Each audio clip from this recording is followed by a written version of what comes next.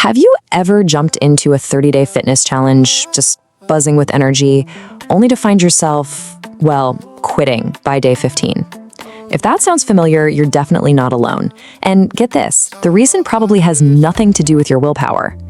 Let's get into why most of these challenges are actually kind of psychologically designed to make you fail. Okay, this right here, this is the core idea we have to wrap our heads around. We've all been taught to think of boredom as some kind of personal failing, right? A lack of discipline. But what if it's not? What if boredom is actually a super important warning sign from your brain, basically screaming that the system you're using is broken? So let's diagnose this whole thing. We've all been in this trap.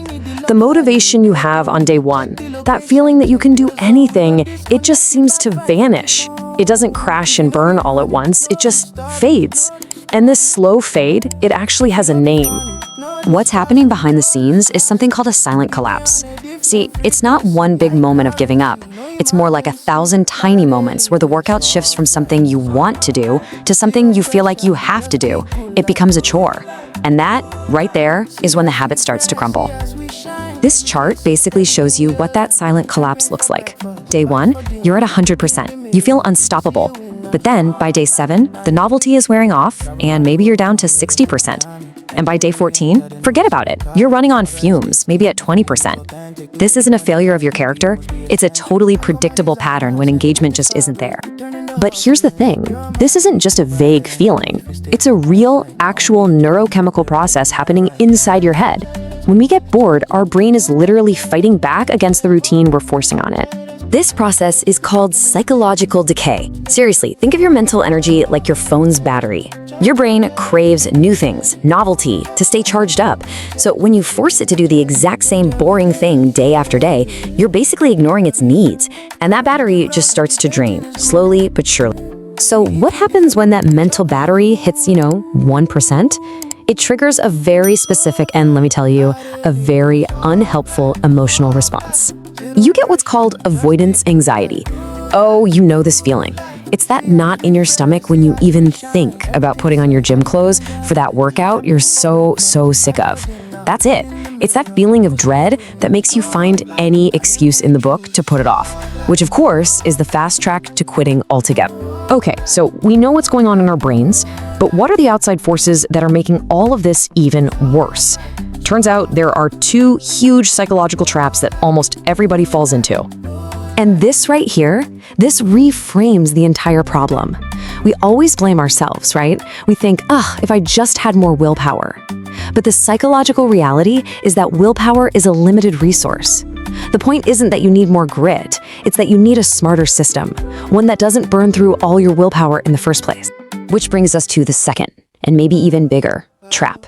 I want you to really honestly think about this. That last fitness challenge you tried. Did you pick it because you were genuinely excited about it? Or because it was the one all over your social media feed? This is the people-pleasing trap. It's so easy to fall into. When we choose a challenge just to fit in, we completely ignore what actually motivates us as individuals. I mean, what works for some fitness influencer might be the most mind-numbing thing in the world for you. Following the crowd is pretty much a guaranteed one-way ticket to burnout. All right, enough about the problem. Let's get to the good stuff, the solution. How do we flip the script? How do we build a challenge that actually works with our brain instead of against it? It's time to re-engineer our whole approach. The whole goal here shifts completely. A challenge shouldn't be some kind of punishment you just have to suffer through. A really well-designed, engaging challenge becomes a tool.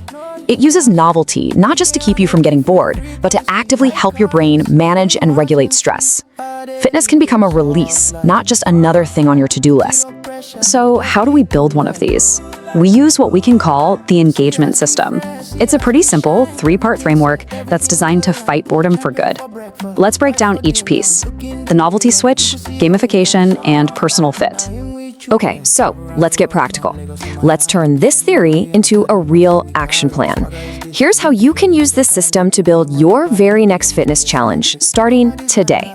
First up is the novelty switch. This is so cool. Instead of one long 30-day challenge, you're going to design 3 10-day mini challenges. So for the first 10 days, maybe you focus on body weight strength. Then for the next 10, you switch it up completely to HIIT cardio. And for the last 10, maybe it's all about yoga and mobility. See, this keeps your brain guessing and prevents that psychological decay from ever really taking hold.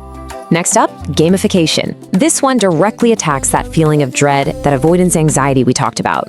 The key here is to use small, real rewards. We're not talking about huge prizes. It could be something as simple as letting yourself listen to your favorite podcast only while you work out, or putting $1 in a jar after every single session to save up for new workout gear.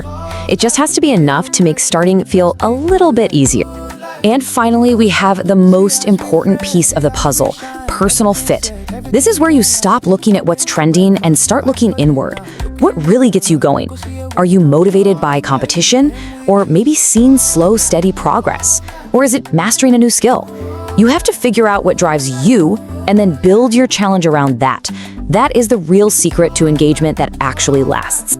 So, what this all comes down to is a massive mental shift. Here's your new mindset. Boredom isn't a weakness, it's a signal to fix your system. Novelty isn't just a fun little add-on, it's a non-negotiable requirement for your brain. And most important of all, you have to stop trying to force yourself into a pre-made challenge and start designing a challenge that actually fits your brain. I'm gonna leave you with this final thought.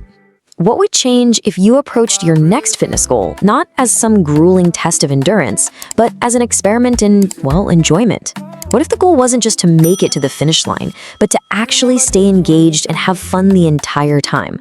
That, right there, is how you build a habit that sticks.